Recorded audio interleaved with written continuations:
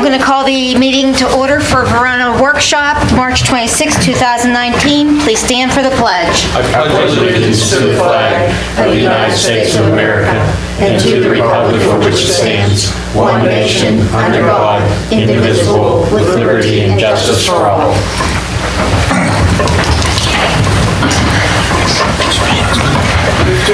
I'll do roll call. Sandy Jervicki Bell, present. Dom Conti. Here.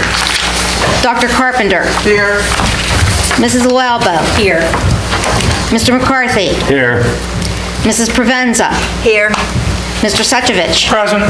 Okay, Mr. Kenna cannot be with us this evening due to a family emergency. Mr. Recupero. Here. Okay. State that Mark's here too. Oh, okay, thank you. Let the record show that Mr. Stanton, Code Enforcement, is present as well. Okay, we are going to hear registered comments now from Mr. Dubus, Ron Dubus, from Keep Pennsylvania Beautiful. Thank you. Thanks for your patience with the projector. All right, so my name is Ron Dubus. I'm with Keep Pennsylvania Beautiful. I primarily work with the Illegal Dump-Free program. It's our main component, and I'll go through all this, is a surveillance camera loan program where we loan it to municipalities, nonprofits, townships, in an effort to catch illegal dumping and prosecute it.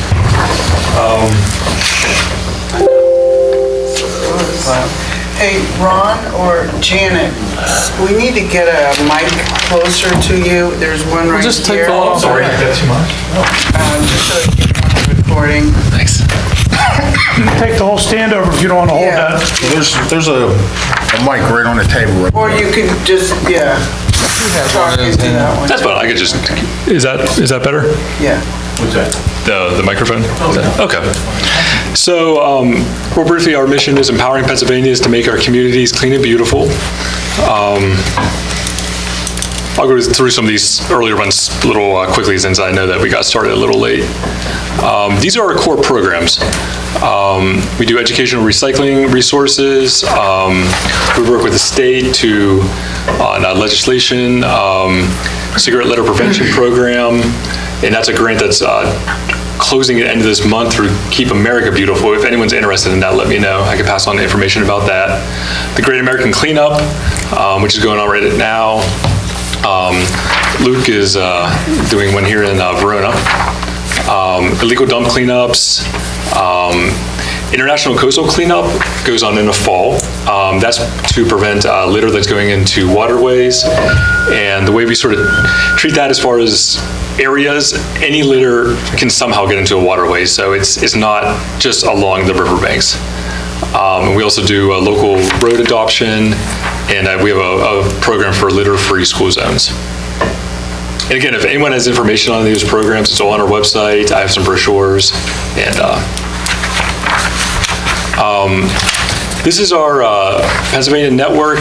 So Keep Pennsylvania Beautiful is the state affiliate with Keep America Beautiful. And then we have a number of local affiliates that are either county or city-wide or level. Here in Allegheny County, Allegheny Cleanways, if anyone's familiar with them, is our local affiliate.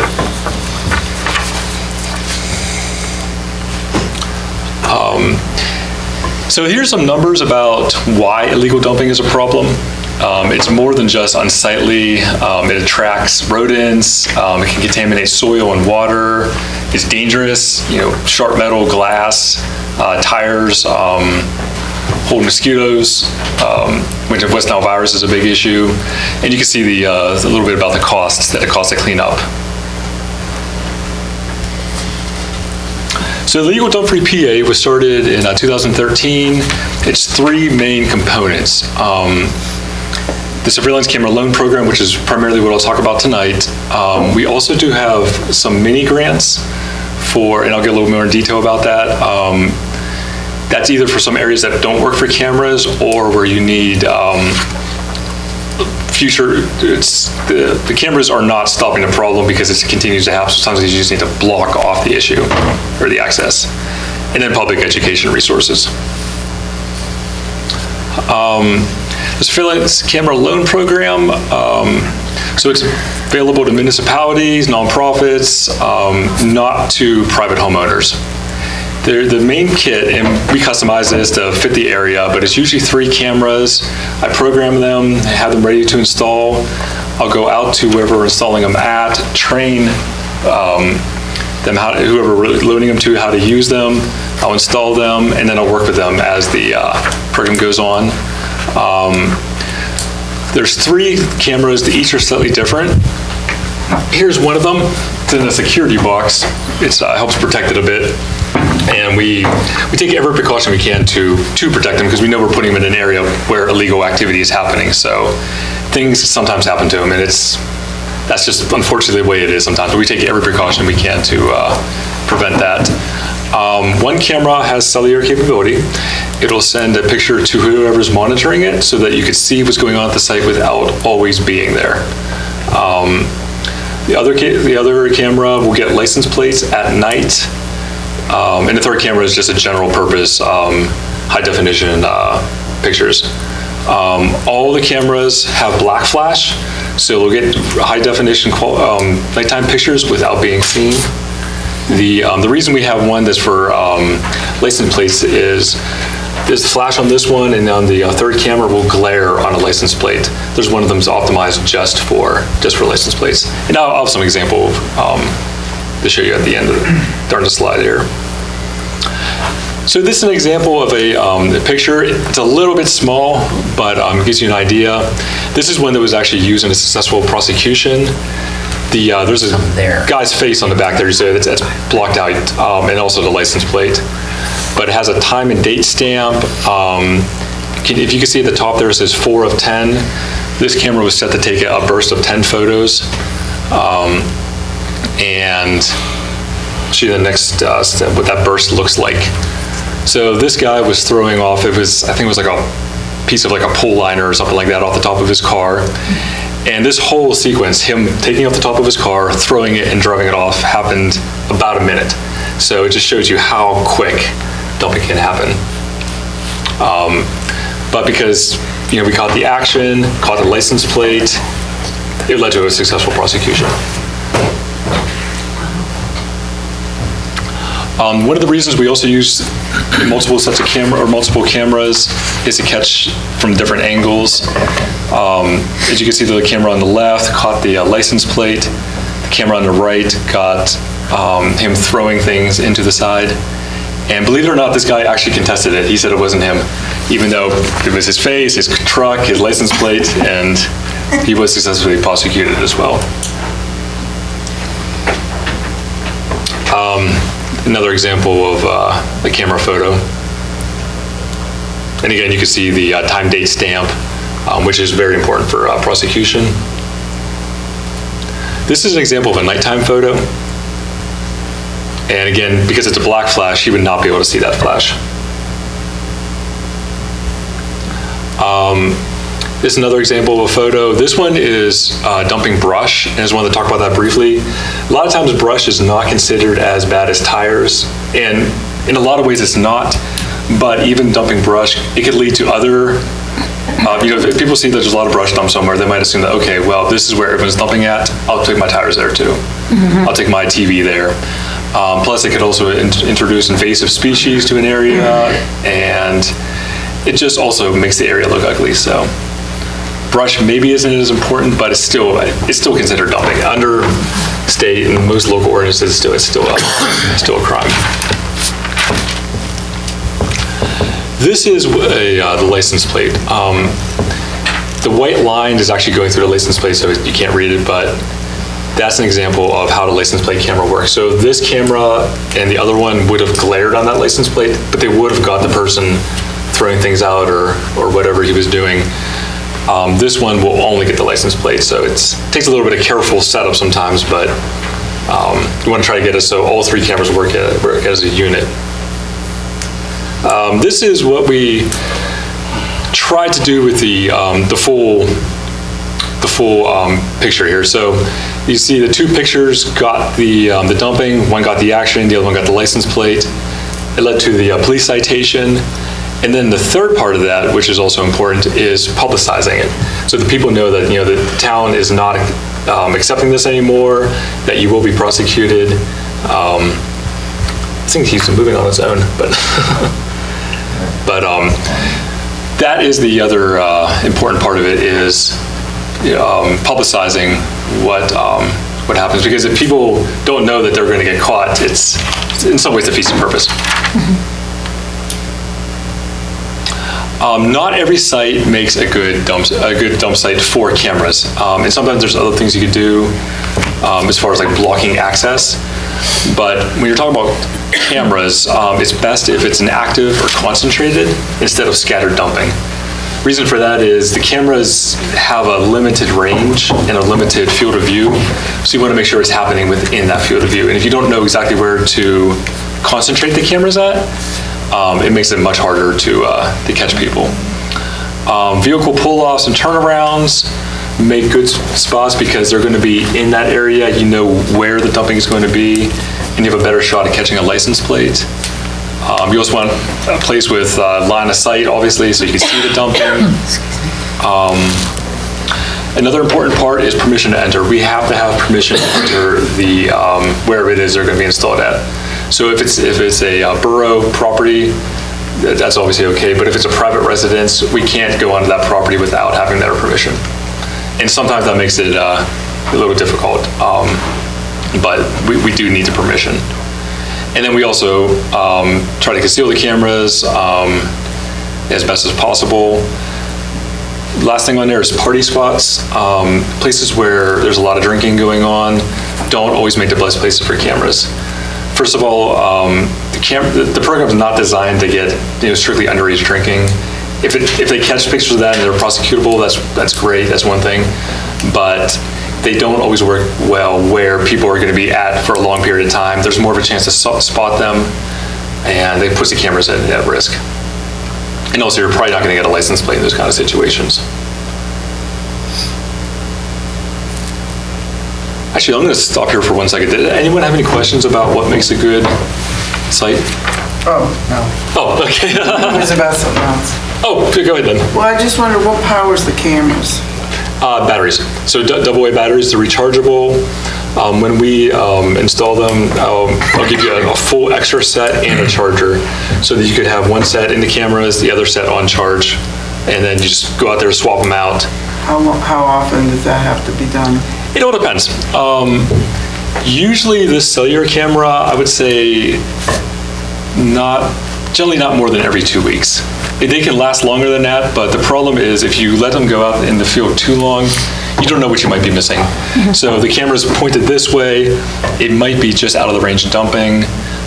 So it's a good idea to get out there more often.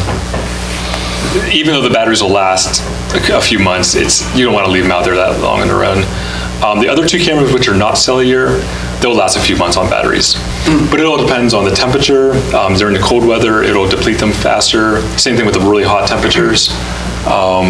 Also, if it's looking for a signal, so it doesn't have a great reception in that area, it'll also be depleted faster. So, go ahead, sorry. I was talking to Rick Rayberg at Arnold. Oh, yeah. Was it this same program? Yeah, exactly. Yeah. It's called Scott Panteri. Yeah, okay. Yeah, Rick, he's doing a lot of good work out there. And They caught a lot of dumpers. yeah, Rick's a really good guy. We also did it at Penn Hills. Yep, yeah, we also had cameras in the past in Penn Hills. We don't currently have them there now, but we did in the past. And Another really good group of guys. How long do you keep the cameras in the location? So it varies. We say 3 months on the program, but if they're working well there, if who we're working with is also keeping up on the maintenance with the cameras, then that could be extended. And then it also depends too on how much interest we have from other places, because we do try to keep moving around as much as we can. But like, for instance, one place where it's in a state forest, the guy's been great to work with. He's been getting numerous prosecutions. We've had him there, I think, for like 2 years now. So it all depends. Okay. But 3 months is what we sort of say is a rule of thumb.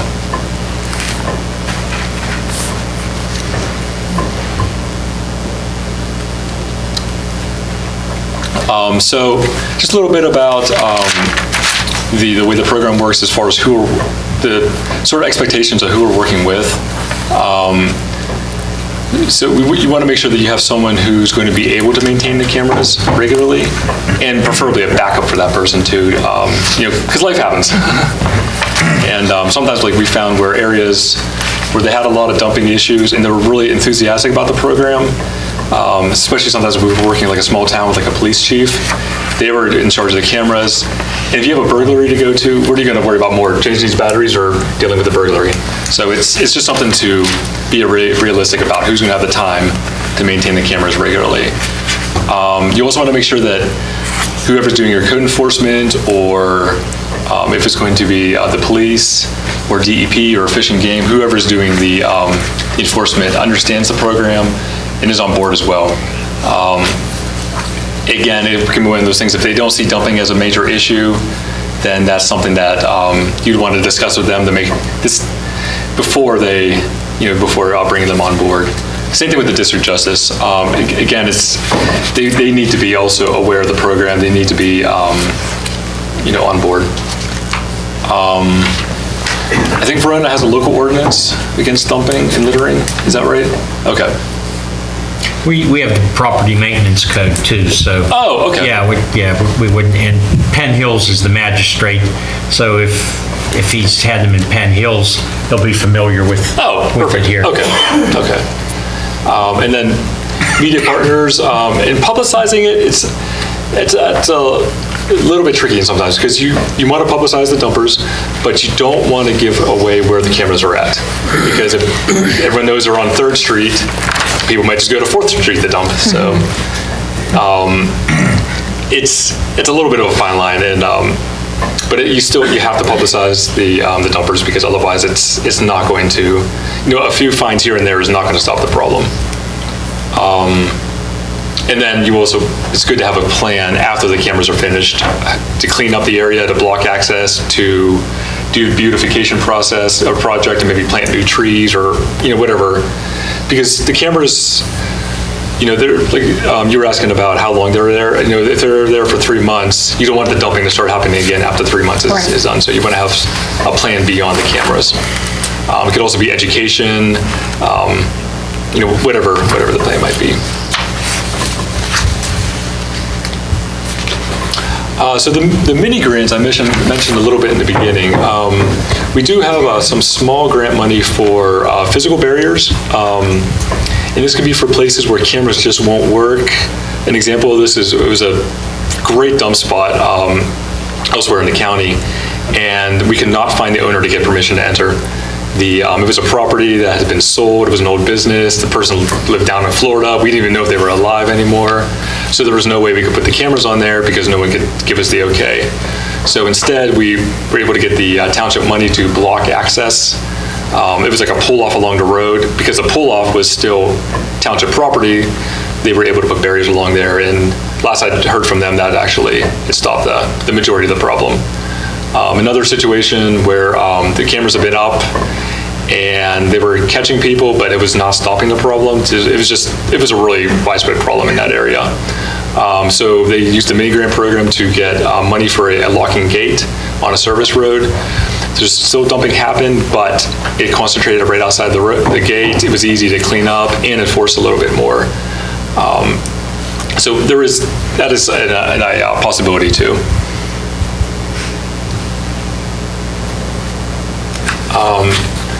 That's our website. So Legal Dump Free PA is a subset of Keep Pennsylvania Beautiful. And that's just a bunch of resources about the program. The application, I put a paper application in there, but there's also a online one on there. Bunch of frequently asked questions about the program, et cetera, et cetera.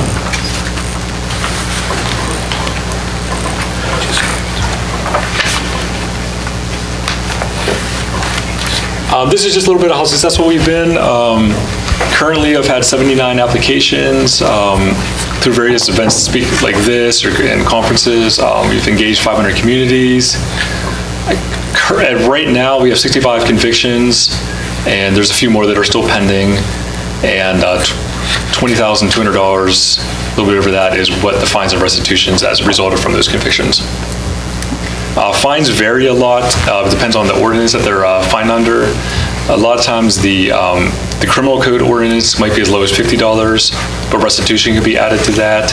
The vehicular code ordinance is a little bit higher, usually $300. So it sometimes depends on which ordinance the person is cited under. Fish and Game has a powerful ordinance they could use as well if it's in their territory or they're the ones who handle it.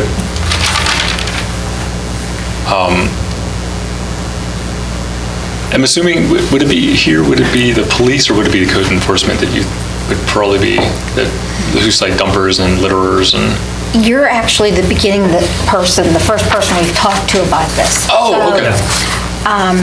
We haven't talked amongst ourselves.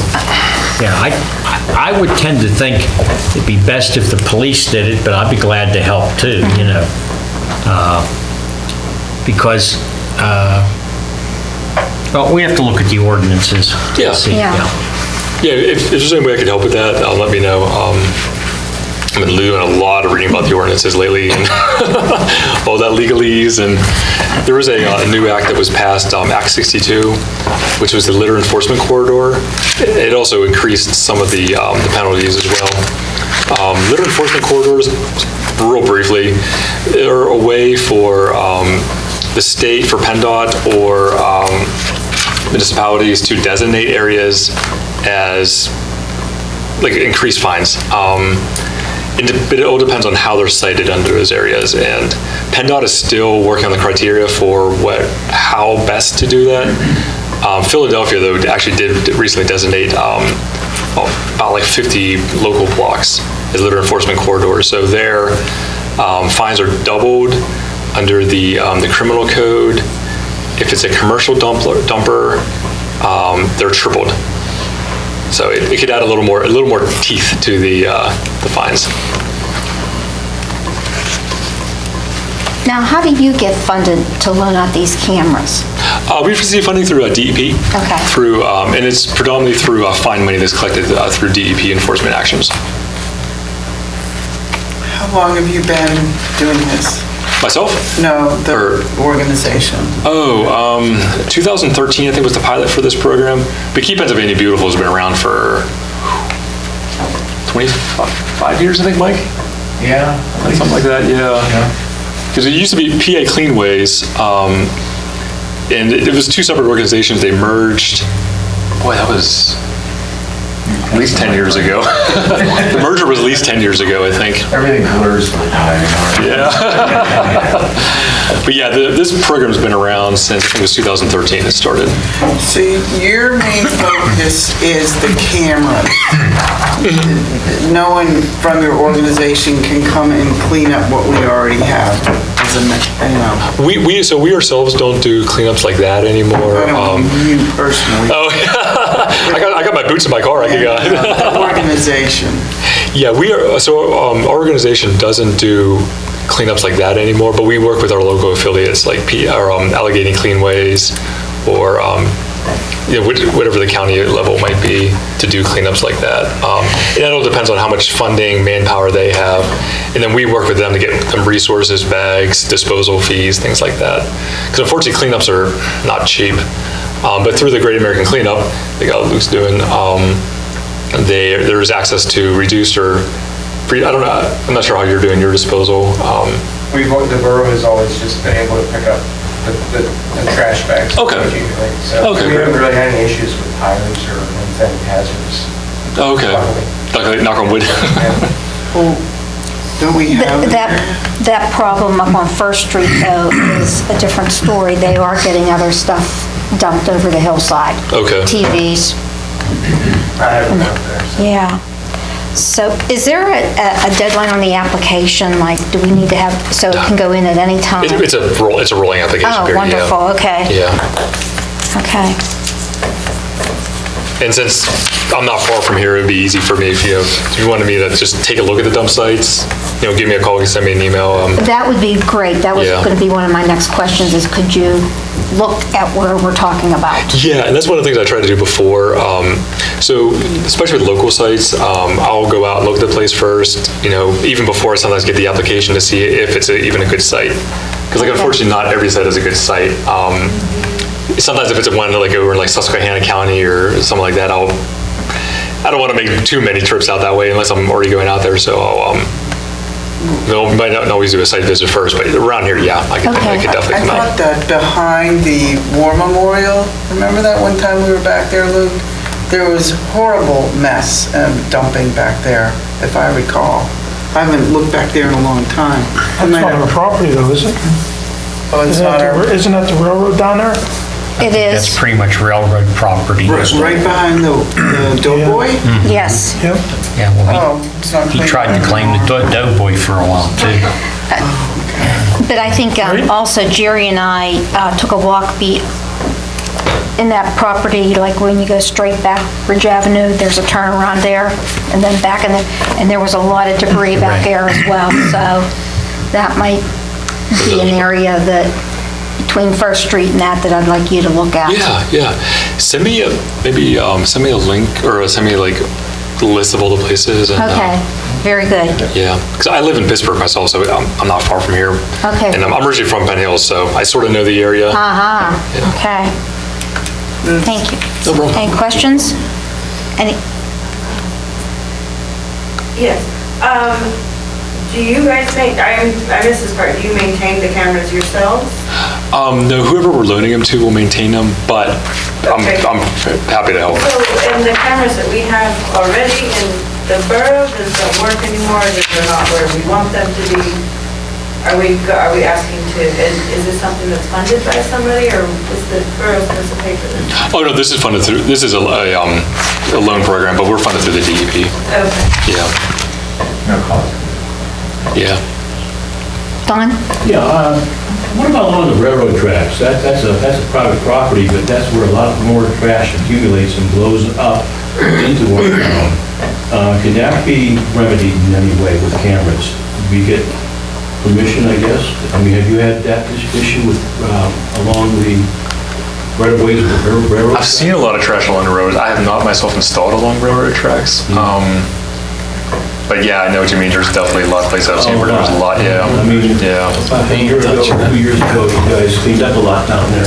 You know what I'm talking about, the accumulation down there. Yeah, one thing to keep in mind with unfortunately, with railroad tracks, there's a lot, so anytime something moves past them, it's going to trip the camera.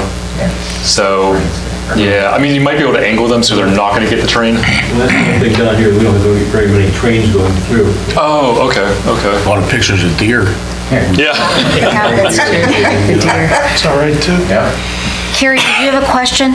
Well, in terms of the railroad, I just recommend that we maybe reach out again to Allegheny Valley Railroad and just tell them that there's still a lot of trash down there, and maybe we can Clean it talk up. about that. The other thing is too, how are you working involved with the schools? We have a very small elementary school here, and I think we've got a lot of new parents that are moving to the area that might want to be involved with this kind of cleanup stuff, or be aware that it's going on. So you might want to try to work with the school. Do you have grant funding available for that? Like, I think you did say that. As far as doing cleanups or? I heard you say. Oh, litter fleet, yeah. I don't, my coworker mostly works with that one. Litter-free school zone. Yeah. Okay. Give me your contact information. I'll talk to her about that. I'd like to find out some information about it. Maybe I can try to work through the school, maybe we could try to get some funding that way. That way the school can collaborate with the borough on. Yeah, definitely give me your contact. Yeah, I'll talk to Steph about that. Okay. One more question. How does the picture, when it's taken, is that a digital picture or? Yeah, it's a still picture. They can take video, but that just, first of all, it runs the memory card down so quickly and the battery, so yeah, it's a still picture, it's all digital. So this one will send every third picture to an email address. And the other, all of them have SD cards in there, and all the pictures are saved there. This one, you can at least see what's going on without being there every second. What's the range of those cameras? For the cellular or for with those cameras, how far can they transmit a picture? Say? This works through the cellular network. So as long as it has, it's on the AT&T network, so as long as it has a coverage, it'll send to whatever kind of email account you want. Yeah. There's like a little mini SIM. It's basically like a little cell phone inside there. In a deep wooded area, as long as it has AT&T cellular. It'll yeah. Okay. Yeah, it'll work. Are there any other questions?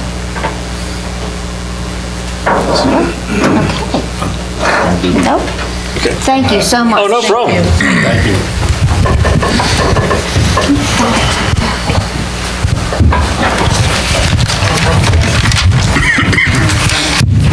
Okay,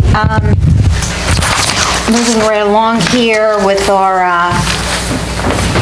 agenda, comments from the public. Council will hear on agenda-related items at this time. Please approach the podium, state your name and address, and limit your comments to 3 minutes. Okay. Don Wharf, 636 3rd Avenue. I just want to mention that cable over there, we had the same problem at our last history meeting. Could not get it to connect into the computer, and finally had to go home and get another HDMI cable. I'm just going to suggest that's probably the main problem. It's probably an HDMI cable. The other cable? Yeah. Okay. We'll make sure we get another cable. It should be a long one, because sometimes you want to put it over here, up there, it's... All right, we'll make sure we get that. Thank you. And one more thing. Has there been any movement on fixing that computer that is for the chamber here? Jerry's not The here, Lenovo Yeah, computer? Jerry was supposed to look into that. Unfortunately, he couldn't be here tonight. Okay. But Okay, we'll find out about it from him. Hopefully he did. Hopefully he was able to have someone fix it. Thank you. I think, Don, it might have been fixed because he was going to set it up today until he had this emergency. Okay, thank you. David? Two things real quick. The last meeting, we talked about the steps on South Avenue and Vogel's Lane, and I had some people on School Street ask, why can't we keep the steps? And I talked to Dominic, we, looked at those steps. They are pretty bad shape. They're undermined, the ones on South Avenue, leading to school. Broken also. Yeah, Dom pointed out that the storm sewer was broke. And as far as Vogel's Lane, I think that it would be feasible, more likely to keep those. There's not much work to be done, as Dom and I was discussing that. And the other thing is, my officers, the part-timers asked about their pay raise. We haven't had a chance to meet, but we will. You think we could get that done by the next meeting, April's meeting? Hopefully. That's all I have. Thank you. I just have a few things here. Received a flyer from Riverview Junior Senior High School regarding their Give Back Day. It's scheduled for Friday, May 3rd. The principal put this out asking if there's anything they could do to help Verona. So I gave him a call. And I thought that mural of Verona by the War Memorial, if they could repaint that. No, because I think an Eagle Scout put the planter thing out by the garage, but I think it's kind of deteriorated. That needs to come down. It's going to fall. Needs to come down. So if anybody has any suggestions, if you can text me or get back in touch with me by the end of the week, so that when I talk with him and make arrangements, we can talk about that.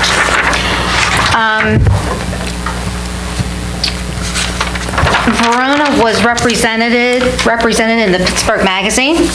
On March 17th, 2019, a friend of mine sent me a clip for Pittsburgh Then and Now. The Verona Doughboy statue was represented, and the photos came from the Oakmont Historical Image Collection. I mean, it's a really nice article that was in the Then and Now Pittsburgh Magazine. Several months ago, I had asked each of you to write down criteria for your committees and that I was going to put the booklet together. And a lot of the things that I received were things that came from the past council and that's okay. I just know that you all do a whole lot more than what you put down on that sheet of paper. So I contacted the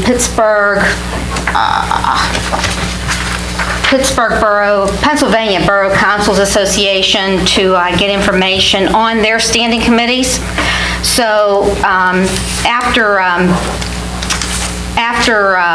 we get back from the ALM conference and that, I want to meet with each of you with your committees and what you're doing on your committees and stuff, so that I can put this booklet together and get it finalized. The ALM conference is next week, and there are several things going on up there conference-wise that we're doing here in Verona. For example, how to save money with the electronic bid advertising, and aren't we doing electronic advertising there that we just clarified? So there's going to be something about that up there, as well as Parks and Recreation initiatives. They're going to talk about the 2020 census, and also blatant code enforcement strategies and solutions. So it should be an interesting conference. Right before I came down for our meeting, Matt called, and he just got an email like a half hour before he called me that the First Street Reconstruction Grant came through, and more than likely we are going to get it. He still needs to work out the details. Originally it was from South to North Avenue, but he says that maybe we'll be able to extend to the 600 block of First Street because it's really bad there. They're going to remove the brick, regrade it, stone it, and then put 2 layers of asphalt down. So he said that he would have more details in April at our April meeting. Beautiful, that's huge. I think that is all. We did have an exec session prior to the meeting on real estate, and would now be the right time to adjourn to an exec session with Mr. Alexander here, or how do you want to handle this? Yes? Okay, so I'm going to ask for an adjournment to an exec session. I'll make that motion with a return to come back to finish. Okay, motion by myself and second by Mr. Conti. All those in favor, please say aye. Aye. Opposed? Motion passed. Okay. Yes, thank you. But I meant they had all that garbage out, and the guy's trying to sell his house, so people were looking at it, so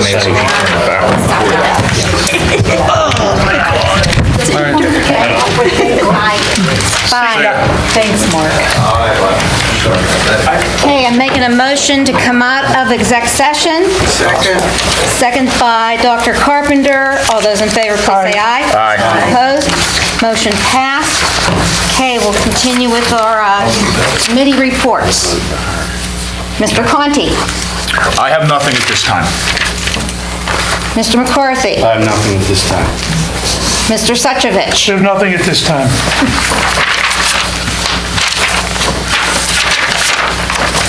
Dr. Carpenter. Okay, says on the agenda, update from ordinance committee meeting. There was not an ordinance committee meeting yesterday due to circumstances beyond my control, but it turns out that something else has come up in the meantime. And if you guys look in your packets here, you are going to find a paper that just has a bunch of writing on it. It's single-spaced, pretty small print. Thing that says Apple Valley Waste. Yes. And Household Hazardous Waste and E-Waste Collection. So, Mr. Al Pasquarelli, for whatever reason, called me. I think he must have had my number from back before when I met him when we were doing the recycling, and he gave me a call about that our garbage contract is coming due May 31st. This paper with the small print is a copy of his email that he sent me today explaining what they're willing to do. And he wants to offer to extend our current contract as opposed to sending it out for bid, because his claim, which is in this information, is that it will go way up if you put it out to bid by, I think he says somewhere in here, between 15 to 61%. And that's mainly due to the cost of recycling, which is happening because of the problems with the China, who used to take a lot of our stuff, and all these problems with the glass. So, in the third paragraph of this thing, in order to assist Verona Borough to control costs, this is what he's offering. I don't know whether this kind of a situation is allowed, but according to him, he does it all the time. I'm gonna have to look and see what our current contract says about it. Yeah, well, here, I think I have a copy of the current contract. Another thing I'm not sure about is. No, I don't. We can perhaps keep the rates firm for the first year. If he's definite. What does he say here? Keep the rates firm for the first year. It says and then perhaps. annual increases 4 to 5% for each year after that. So, he is also available to come for the workshop in April to give a presentation, as long as we would, what he said is give him the go-ahead to look into it further, what the actual rates would be. Absolutely. Doesn't cost the borough anything to give them the go-ahead to Right. look and see what the rates are. The other thing, how it involves me is because, let's say that our contract is cool with us getting an extension, hypothetically, then the recycling will change because they don't want to take the glass anymore. So either by a new ordinance or a resolution, we would have to change what we have on the books about what's being recycled. That is my limited understanding of what's going on here. I've not had very much time to know anything about this. I'm willing to continue heading up this project if you guys are cool with that. And looking into things like what the contracts say, and getting back with him to have him come on April 30th. As long as everyone is willing to consider this as a way to go, I personally think it's a good idea. I don't have any complaints about waste management, and I think if we go out to bid, we're gonna end up costing ourselves a lot more money, personally, as we pay our bill. Well, I think everybody also, if they consider this, better think about the recycling, because I know that, you had just said they're not taking certain plastics and glass. No, just glass. Plastic too, 3 through 7. Oh. I guess 3 through 7 is what type of plastic and type of glass it would be. And I mean, who's going to stand there and look, okay, this is number 1, so that's good, we could throw that away. Oh, this is 7, we're not, you know what I mean? I mean, who's going to be responsible when everybody throws everything like they have been? I think that's a question we have to ask. We're not going to be responsible. It's not our problem. I mean, if I throw everything like I've been doing, don't come back to the borough and say, hey, that guy up on Parker Street, he's throwing everything in, and we told you we're not accepting that. That shouldn't be our problem. I think it's just something that you should think about. Right. Is this something that Jerry Kennis should be looking into as the borough manager?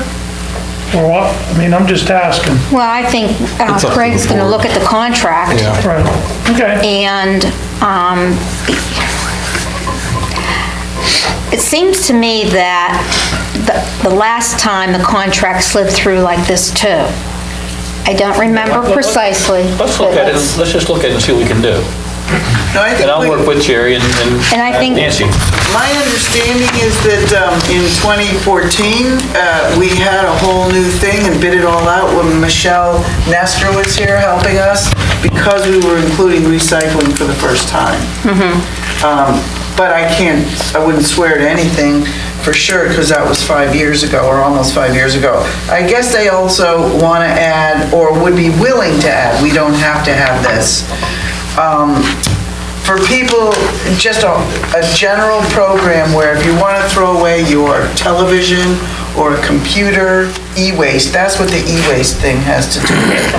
It would cost $1.08 per household per month, or $3.24 per quarter added to your bill to be able to throw that stuff away without any extra added thing.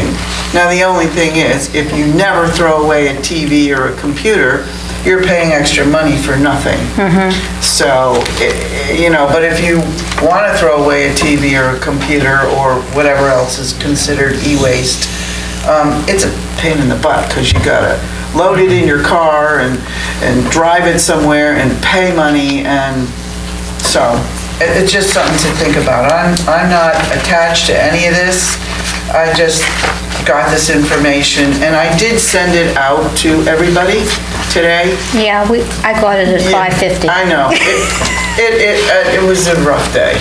I didn't get it until a couple I understand, but I didn't look at it at 5:52. so Right, but this is, the only other thing that's on that email that you don't have a hard copy of is the actual contract.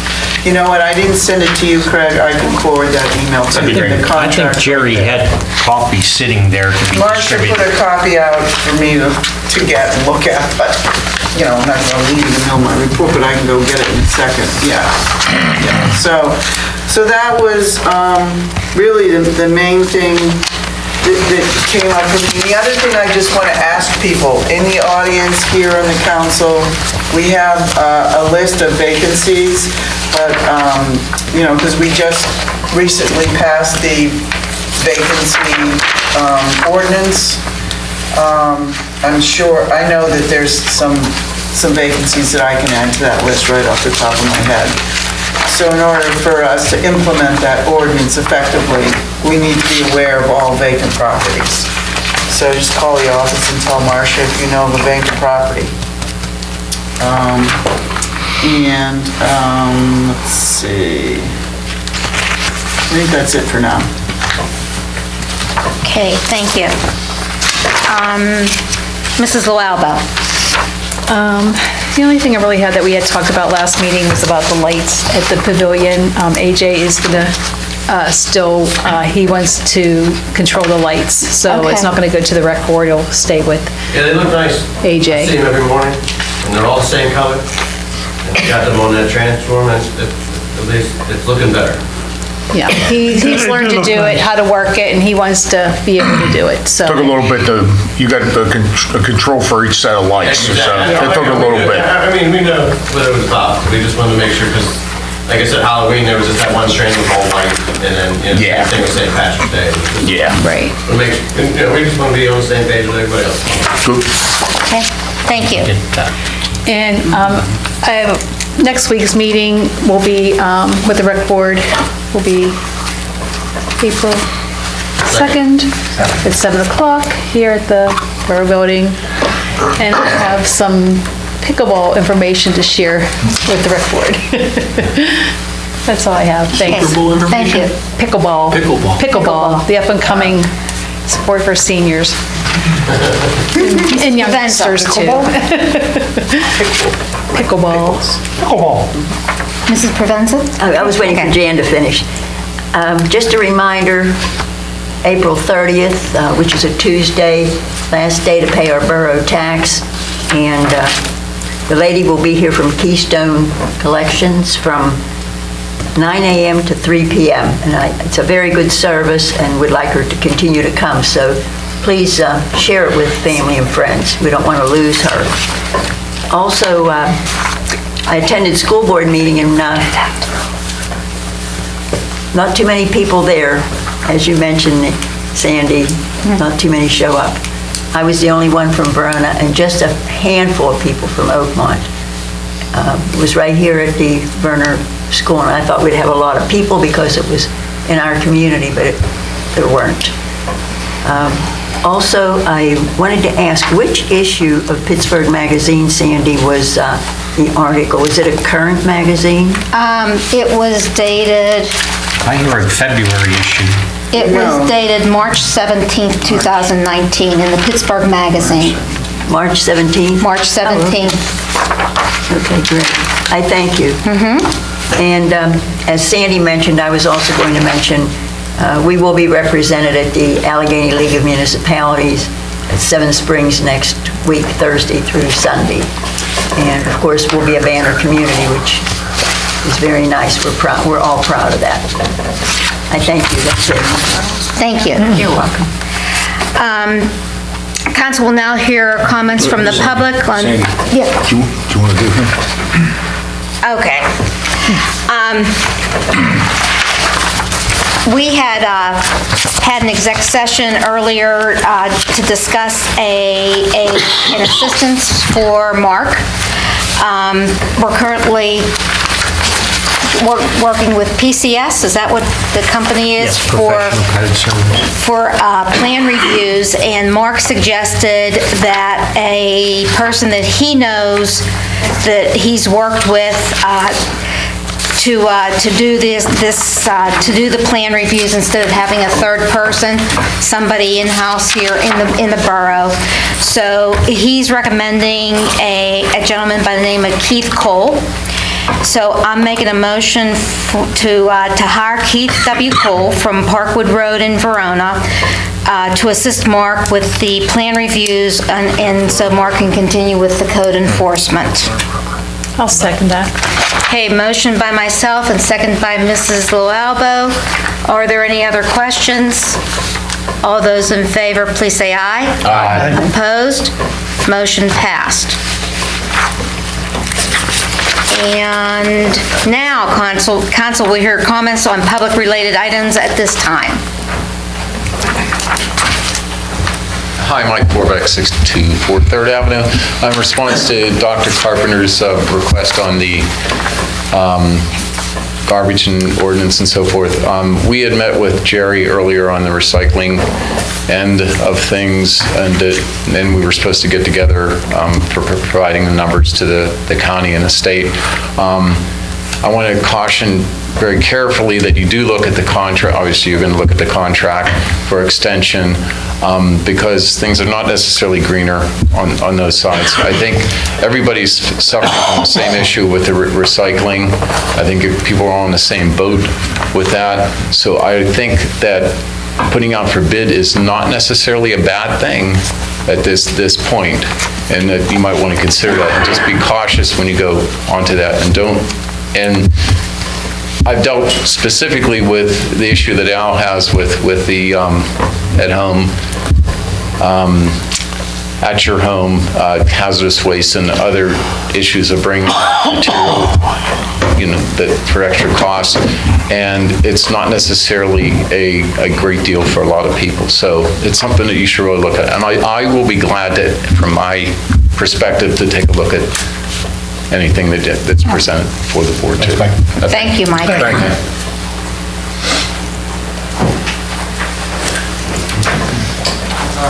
Good evening, Dave Matlin, 722 Bruno. My wife Jessica sent a letter to Jerry a few days ago.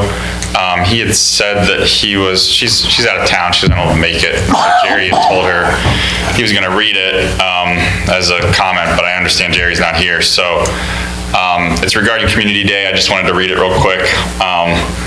So she says, "Dear Verona Council, I would like to submit a formal request for funds to cover costs associated with the 2019 Verona Community Day. After learning that the event was not being planned this year due to a gap in leadership, I committed to continuing the celebration of the Verona community.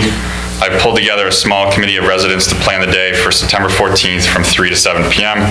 The event will feature the following activities: food trucks, water fight with local fire departments, activities for kids, balloon sculptor, face painting, games, rock painting contest, touch truck, bingo led by Riverview Education Foundation, pet parade with prizes for best dressed pet, cornhole contest, music, either a DJ or live musician if funded, booths highlighting local amenities and resources.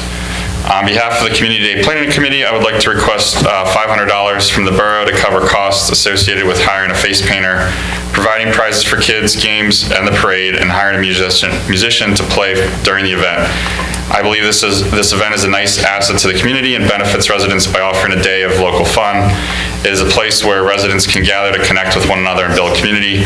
I'm also approaching the chamber to ask for funds, although since their last meeting was canceled, this is still in progress. I believe they're meeting tomorrow night. Thank you in advance for your consideration. I'm happy to answer any questions the council may have regarding this event. So I've been part of the Community Day Planning Committee as well. I'll try to answer any questions.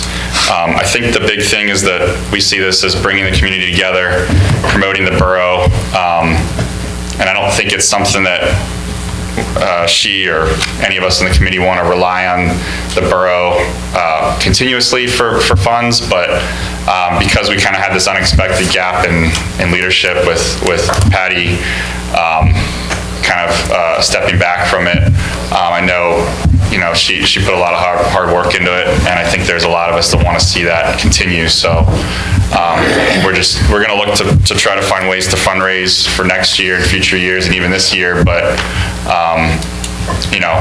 we're trying to keep things minimal just to keep the event going and keep the interest so that it becomes a recurrent thing. So are you going to have that down here or up at Cribs? It's going to be down here. Down here? Yeah. And like I heard a lot of activities there for the young children. Okay, and understandable, you got to keep them busy. Yeah. But I mean, what about the older students, the older kids in the community, the teenagers? I mean, what's there for them? What's there for the older population in Verona? I mean, there's food trucks, there's bingo. I mean, the pet parade can be all ages. Music, cornhole. I mean, that could be kids, teenagers, adults, seniors. Music, the booths. I mean, we're hoping to get what nonprofits or other groups that will be relevant to share what they do with the community. So any of that could be a lot of it could be for all ages. So Now, are these all pets? Or like the pet parade, is that for all the pets? Like my cat can come down to the dog parade? If your cat, I know people in Verona that, no kidding, have rats as pets. I mean, I don't know that anyone's talked about restrictions on it so far. It was something that I think Bonnie from the Center for the Arts brought up that they do in Saxonburg, and she said it's a huge hit every year. People come out for their festival just for the pet parade. And we thought it'd be a good idea. I mean, a lot of people, you've been in the meetings, Dave, and a lot of people thought that was a pretty good idea. And we do have several businesses that are pet oriented, so we thought that they'd want to participate. But if your cat can, withstand the dogs. Hey, yeah. what happens when my cat gets torn apart by the dogs? I mean, can I sue Verona? You might want to ask Craig that question. No, like Dave said, liability waiver. Yeah, like Dave said, Bonnie from the music store down there said it's a very big hit up in Saxonburg, and they're more farm related too, so there's all kind of animals. I'd love to see someone walk through with a pig. There's a store in Texas or somewhere that they proclaim that they're pet friendly, and you can bring any pet that you want any day. So this rancher brought this big long-haired bull into the store, through the double doors into the store. As long as it was on a leash. Yep, it was on a leash. Yeah, obviously we'd have to require leashes and all, but we're still planning this. We're welcoming feedback, input. We're having meetings about once a month with the committee to plan. Anyone's welcome to help. When's your next meeting, do you remember? Is it April 11th or 18th or something? Let's see here. I forget. I think it's Yeah, April 11th at 6:30. So, That's at the Center for the Arts. so the issue is a $500 donation to the Community Days program. I was copied on the emails back and forth between Jerry and Jessica, and one of the issues that Jerry brought up was how to make the payment, whether it's to the, and Jessica wrote back with 3 great options. So I think a motion would be in order if we want to do this, to donate the $500, subject to Jerry and Jessica working out how that payment's going to be made. I'll make that motion. Okay, motion on the floor by Dr. Carpenter, second by Mrs. Provenza. Are there any questions? Like, I do. Has there been any kind of like budget plan? Like, you know, the music is going to cost X amount of money. How are they going to finance the bingos? The bingo is going to be, we had a representative, I forget her name. I can't remember her name. From Riverview Educational Foundation. Hanlon, like her last name was. Donna. Yeah, Donna. Yeah, Donna. She, they're going to be totally self-sufficient. I mean, they're going to handle that. They just want that to be sort of, they want to participate in community days, but they want to be their contribution. They want to raise funds for themselves, and we said that's fine. It'll be an extra event to draw people in. You know, they'll go play bingo and get food trucks and do the other things. But Jess, she did have a budget. I don't have it in front of me. I believe it's total of $1,400. Yes, 14 or 15. And that covers all of the activities I listed. I mean, if I could get the, I don't know if she sent it to Jerry, but I could get the full breakdown of what we're estimating. And this is just kind of what we've all pulled together from, you know, quotes we've gotten or whatnot. Okay, so you do have quotes. You don't know, are you going to have a band or a DJ or well, both? That we're looking at getting one or the other. I mean, I think we allocated, I don't know how much it was, but it was a minimal amount. We want to have some kind of music. I think it was more towards the DJ getting. Yeah. Who, what's that? So you get that. Yeah. And again, I mean, we hope to expand on this next year and make it, you know, I mean, last year's community day was pretty well attended. And if we keep that up and grow, I mean, we'll be able to, you know, hopefully raise more money and get, you know, maybe a more well-known musical act. But yeah, for now, we're still working on the DJ, whether it's a DJ or live musician. We're open to suggestions, though. You know. No dunk tank, I hope. No. Dunk tank was not one of the items that was put forward. So Mark almost lost a leg. And how much is she asking from Chamber?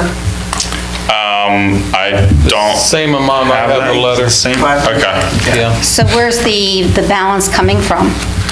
We're hoping to raise that through other donations, either through businesses or through our own, just, you know, talking to people, other organizations. Personal contributions. Maybe, I mean, that's what we've talked about if it comes to it. I mean, there's a core group of us that have been planning this.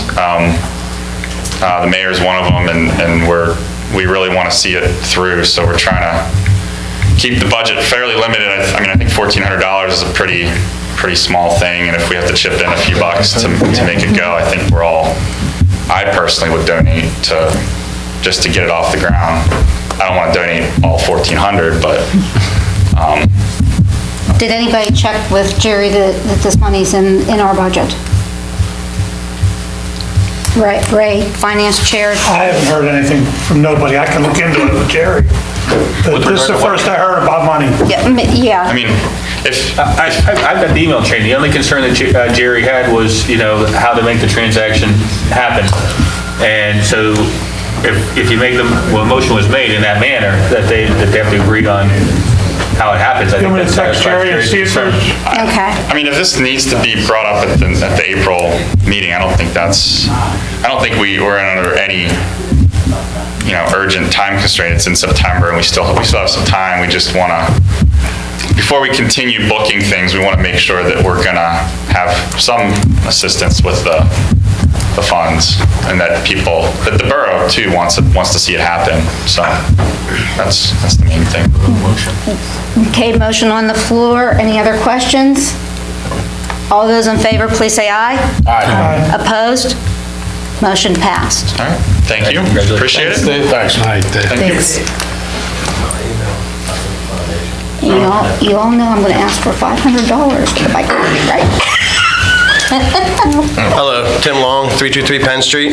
I have a couple questions. Our season starts on Sunday. The field is in horrendous shape. I hate bringing it up, but Oakmont's already plugged both of their fields. They started in December and did Riverview Park. They just 3 weeks ago did Creekside. So they're starting their maintenance on their parks. Their parks were just as bad as ours. I was over Riverview on Sunday and it's tore up too, but they're starting the maintenance on it.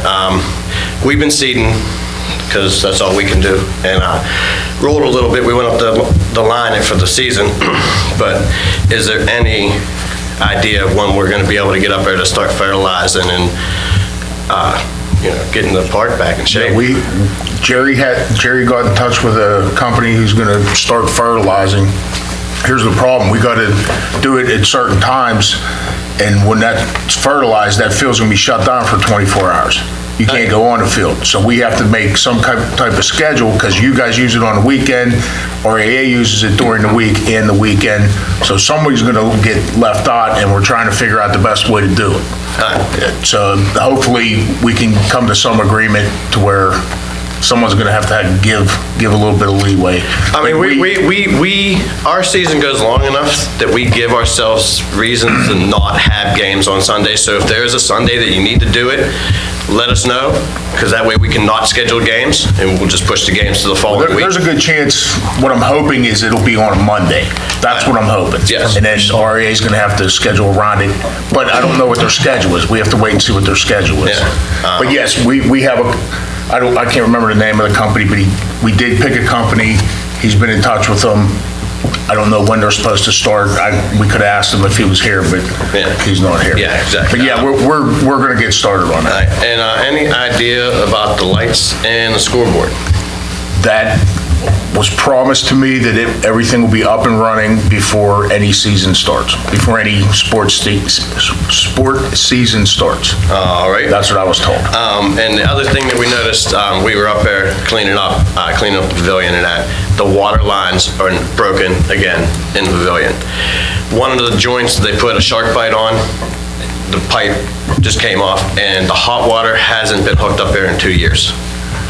There's no hot water in any bathroom or nothing. There's a hot water tank and it works. I hear it kick on, but it's not even connected to anything. All right, I'll have to. And I wanted to bring it up before you guys have the water turned back on, and then it's just a mess inside that building.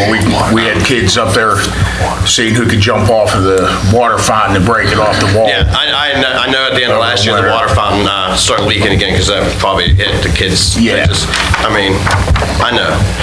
Believe me, I just want to, like I said, we go up there, we clean up before every season, so we want to make sure that it's nice and it's kept usable, because we're going to use it.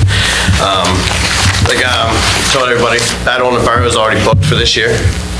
It's going to be a whole day of events instead of just being wrestling. Instead of us starting at 5, we're going to start at 1. There's going to be games and that for kids. There's going to be exhibition matches of wrestling. There's going to be all kinds of stuff. We're going to have bands and DJs and that going on all day. So it's going to be a whole day event. So we're going to be trying to raise a good bit of money that day. We hope everybody comes and enjoys themselves. Thank you for your time. Thank you. Okay, can I have a motion for adjournment? Make a motion for adjournment. Motion by Mr. Conti, second by Mrs. Provenza. Are there any questions? All those in favor, please say aye. Aye. Opposed? Motion passed.